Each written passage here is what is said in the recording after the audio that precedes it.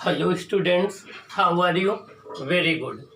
अब हम ये स्टडी करेंगे कि जिस प्रकार से हम लोग इलेक्ट्रोस्टैटिक्स में कोई कैपेसिटर ले लेते थे, तो कैपेसिटर को जब हम चार्ज करते थे उसकी दोनों प्लेटों के बीच में टोटल एनर्जी इलेक्ट्रोस्टैटिक एनर्जी के रूप में या इलेक्ट्रोस्टैटिक पोटेंशियल एनर्जी के रूप में स्टोर्ड हो जाती थी।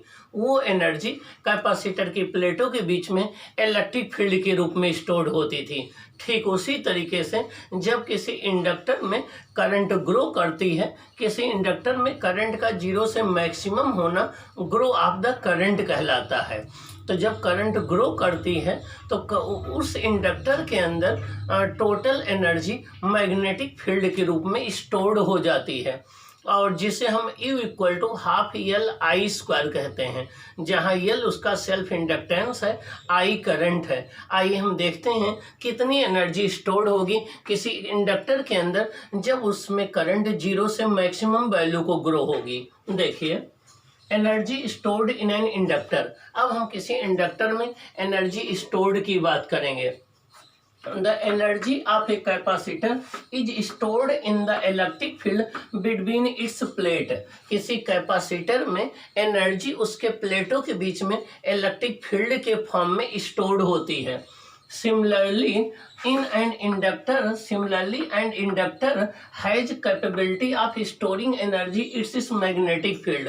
सेम उसी तरीके से जिस प्रकार से कैपेसिटर के अंदर ये कैपेबिलिटी होती है कि वो इलेक्ट्रिकल एनर्जी को इलेक्ट्रिक फील्ड के रूप में स्टोर कर सकता है, ठीक उसी तरीके से इंडक्टर के अंदर ये कैपेबिलिटी होती है कि इंडक्टर जो है वो एनर्जी को मैग्नेटिक फील्ड के रूप में स्टोर कर सकता है। आइए देखें, ये एक इंडक्टर है, इसमें करंट जो है हम फ्लो करा रहे हैं, करंट इंक्रीज कर रही है। तो जब करंट इसमें इंक्रीज करेगी तो इसके अंदर एक इंड्यूस्ड ईएमएफ प्रोड्यूस हो जाएगा। उस इंड्यूस्ड ईएमएफ की पोलरिटी जो होगी वो होगी E equal to L D I over D T. ये प्लस पॉजिटिव पोलरिटी, ये निगेटिव पोलरिटी बनेगी, E equal to L D I over D T होगी। आगे देखें, an increasing current in an inductor causes an EMF between its terminal। जब भी किसी inductor में हम जो है करंट को इंक्रीज करते हैं तो उसके दोनों टर्मिनल के अक्रॉस जो है एक आपका इंड्यूस्ड EMF प्रोड्यूस हो जाता है, epsilon equal to L D I over D T. The work done per unit time is, work done per unit time को हम पावर बोलते हैं। पावर इक्वल टू होता है वर्क डन अपॉन टाइम, और P इक्वल टू होता है V I. P equal to क्या होता है V I. V potential difference होता है, I करंट होता है। यहाँ पर पोटेंशियल डिफरेंस एप्सिलॉन है ये, और I जो करंट है तो माइनस ई आई हो जाएगा। और आपका हमें पता है कि जो इंड्यूस्ड ईएमएफ होता है वो L D I over D T होता है, तो आपको हो जाएगा minus L I D I over D T हो जाएगा। ये हो जाएगा minus L I D I over D T हो जाएगा। हमें पता है कि जो E की वैल्यू होती है E इक्वल टू होता है L D I over D T. तो हमारा हो जाएगा P equal to D W upon D T equal to minus E I हो जाएगा। यहाँ पर E जो है वो इंड्यूस्ड ईएमएफ है, I करंट है, तो minus L D I over D T हो जाएगा। हमें पता है कि work done equal to change in potential energy होता है, तो D W equal to minus D U होता है, D W equal to minus D U होता है, और P equal to D W upon D T है, तो डी डब्ल्यू के प्लेस पर minus D U upon D T हम रख सकते हैं। क्या D U upon D T रख सकते हैं। P क्या है, ये पावर है, P क्या है, ये पावर है, तो P equal to minus D U upon D T हो जाएगा। क्या हो जाएगा, minus D U upon D T हो जाएगा। आइए देखते हैं अब, तो आपका P इक्वल टू है D W upon D T, ये है minus L D I over D T के, और ये minus D U upon D T है। देखिए minus D U upon D T किसके ऊपर हो जाएगा, L D I over D T के, तो आपका D U upon D T हो जाएगा L D I over D T के। डी टी बोथ साइड में कैंसिल हो जाएगा, तो डी यू हो जाएगा L I D I, D U equal to हो जाएगा एल आई डी आई। अब ये तो रहा आपका डी आई करंट में टोटल एनर्जी कितनी सप्लाई होगी, total energy you supplied while current increases from zero to I. जब करंट जीरो से मैक्सिमम वैल्यू आई को पहुंचेगी तो जो सोर्स इसको सप्लाई कर रहा है वो कितना टोटल वर्क डन करेगा, U equal to L zero to I D I, ये हो जाएगा 1/2 यल आई स्क्वायर। हमें पता है कि इंटीग्रेशन एक्स डी एक्स होता है, ये होता है एक्स स्क्वायर अपान 2, तो ये आपका हो जाएगा 1/2 यल आई स्क्वायर। तो टोटल एनर्जी स्टोर्ड कितनी हो जाएगी 1/2 यल I square. This is the expression for energy stored in the magnetic field of an inductor when current I flows through it। जब भी किसी इंडक्टर में करंट I फ्लो होती है तो उसमें स्टोर्ड एनर्जी होती है E equal to half L I square. The source of this energy is the external source of EMF that supplies the current। जो एक्सटर्नल सोर्स इस करंट को सप्लाई कर रहा है वो वर्क डन करेगा, वो अपनी एनर्जी स्पेंड करेगा, उस एनर्जी की वजह से ये एनर्जी मैग्नेटिक फील्ड के रूप में इंडक्टर में स्टोर्ड हो जाएगी। आइए देखें एनर्जी डेंसिटी कितनी होगी। जैसे हम लोग कैपेसिटर में पढ़ते थे वैसे यहाँ पर एनर्जी डेंसिटी कैसे निकालेंगे। अब हम देखते हैं कि एनर्जी डेंसिटी कितनी होगी। जैसे हम लोग इलेक्ट्रोस्टैटिक्स में स्टडी करते थे कि इलेक्ट्रिक एनर्जी डेंसिटी होती थी half epsilon naught E square, जहां एप्सिलॉन जो है इलेक्ट्रिकल परमिटिविटी होती थी, ए इलेक्ट्रिक फील्ड होती थी। वैसे अब हम देखेंगे कि मैग्नेटिक एनर्जी डेंसिटी क्या होती है। आइए देखें एनर्जी डेंसिटी।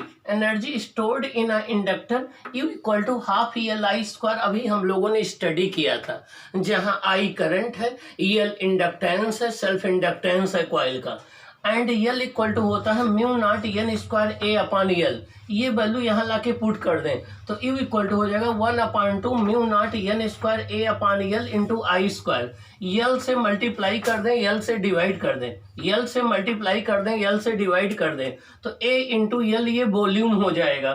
तो आपका आ जाएगा energy upon volume, energy upon volume equal to 1/2 mu naught N upon L whole square into I square.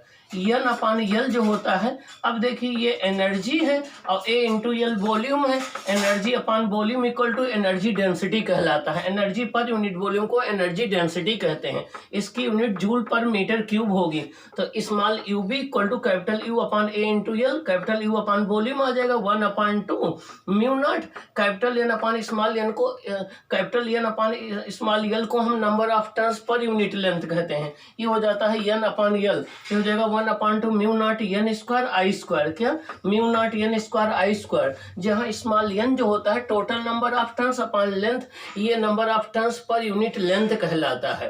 तो आपका ये हो जाएगा 1/2 mu naught N square I square हो जाएगा। आइए देखें U B equal to U upon V होता है, तो म्यू नॉट से मल्टीप्लाई कर दें, म्यू नॉट से डिवाइड कर दें, तो न्यूमरेटर हो जाएगा mu naught into mu naught square N square I square upon 2 mu naught हो जाएगा। म्यू नॉट एन आई का होल स्क्वायर इसको हम लिख सकते हैं upon 2 mu naught. Mu naught N I जो है, म्यू नॉट एन आई जो है मैग्नेटिक फील्ड होता है किसी भी सोलेनॉइड का। म्यू नॉट एन आई जो है वो आपका मैग्नेटिक फील्ड होता है किसी सोलेनॉइड का। तो ये बी की इक्वल हो जाएगा, तो यू बी इक्वल टू हो जाएगा B square upon 2 mu naught. इसकी यूनिट क्या हो जाएगी जूल पर मीटर क्यूब, क्या हो जाएगी जूल पर मीटर क्यूब। तो ये मैग्नेटिक एनर्जी डेंसिटी का फॉर्मूला हो जाएगा। तो जिस प्रकार से हम लोग इलेक्ट्रिक एनर्जी डेंसिटी में इलेक्ट्रिकल एनर्जी डेंसिटी पढ़ते थे half epsilon naught E square, ठीक उसी तरीके से कहीं भी मैग्नेटिक फील्ड अगर बी हो तो वहां पर मैग्नेटिक एनर्जी डेंसिटी होती है B square upon 2 mu naught. क्या B square upon 2 mu naught, यहाँ बी मैग्नेटिक फील्ड है, mu naught magnetic permeability of the free space है। तो ये रही मैग्नेटिक एनर्जी डेंसिटी, वो होती है इलेक्ट्रिक एनर्जी डेंसिटी। तो एनर्जी डेंसिटी और एनर्जी में आपको डिफरेंस क्लियर होना चाहिए। ओके, इसकी यूनिट होगी जूल पर मीटर क्यूब, जबकि एनर्जी की यूनिट हमारी होती है, एनर्जी की हमारी यूनिट होती है जूल। तो इसकी जहाँ कहीं भी ये लिखा होगा इसकी यूनिट आएगी जूल पर मीटर क्यूब। इसकी डायमेंशन आ जाएगी आपकी ml स्क्वायर टी माइनस 2 अपान यल क्यूब आएगी, जबकि इसकी एनर्जी, इसकी यूनिट क्या आएगी जूल आएगी। तो एनर्जी और एनर्जी डेंसिटी में डिफरेंस आपको क्लियर होना चाहिए। तो अब आपके पास दो एनर्जी डेंसिटी हो गई, एक हम लोग इलेक्ट्रिक एनर्जी डेंसिटी पढ़ते थे, एक हम लोग इलेक्ट्रिक फील्ड की वजह से इलेक्ट्रिक एनर्जी डेंसिटी पढ़ते थे, वो हमारी उसका फॉर्मूला आप लोगों ने स्टडी किया था। एक हम लोग इलेक्ट्रिकल एनर्जी डेंसिटी पढ़ते थे, वो स्मॉल यू ई होता था half epsilon naught E square, जहाँ ई इलेक्ट्रिक फील्ड होती थी। एक आपने मैग्नेटिक एनर्जी डेंसिटी पढ़ा, ये होता है 1/2, ये होता है V square upon mu not.